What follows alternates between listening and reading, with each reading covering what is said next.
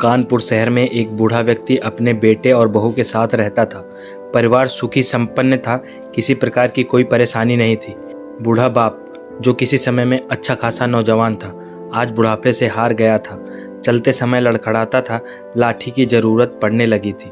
चेहरा झुर्रियों से भर चुका था, बस अपना जीवन किसी तरह व्यतीत कर रहा था। घर में एक चीज बहुत अच्छी थी, शाम को खाना खाते समय पूरा परिवार एक साथ टेबल पर बैठकर खाना खाता था।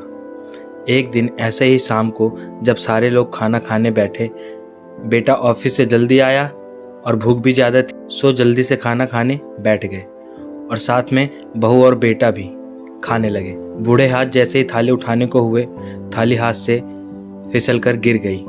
थोड़ी दाल टेबल पर गिर गई, थोड़ी जमीन पर। बेटे और बहू ने बहुत ही नफरत भरी निगाहों से पिता की ओर देखा, फिर अपना खाना खाने में लग गए। बूढ़े पिता ने जैसे ही अपने हिलते हाथों से खाना खाना शुरू किया तो खाना कभी कपड़ों पे गिरता, कभी जमीन पर। बहू चिढ़ते हुए बोली, हे राम, कितनी गंदी तरह से खाते हैं, मन करता है इनकी थाली किसी अलग कोने में लगवा दूं। बेटे ने भी सिर हिलाया, जैसे वह पत्नी की बात से सहमत हो। उनका छोटा बेटा यह सब बड़ी मासूमियत से देख रहा था। अगले दिन पिता की थाली उस टेबल से हटाकर एक कोने में लगवा दी गई। पिता की डबडबाती आंखें सब कुछ देखते हुए भी कुछ नहीं बोल पा रही थी। बूढ़ा पिता रोज की तरह खाना खाने लगा।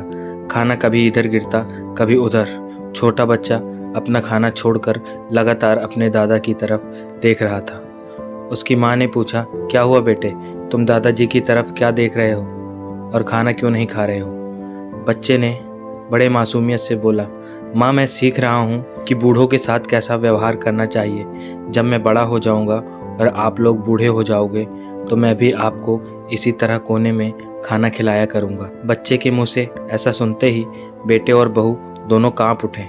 शायद बच्चे की बात उनके मन में बैठ गई थी, क्योंकि बच्चा ने मासूमियत के साथ एक बहुत बड़ा सबक दिया दोनों लोगों को। बेटे ने जल्दी से आगे बढ़कर पिता को उठाया और वापस टेबल पे खाने के लिए बिठाया, और बहू भी भागकर पानी का गिलास लेकर आई ताकि पिताजी को कोई तकलीफ ना हो।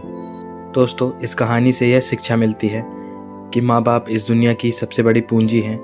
आप समाज में कितनी भी इज्जत कमा लो या कितना भी धन इकट्ठा कर लो, लेकिन माँ बाप से बड़ा धन कोई नहीं है।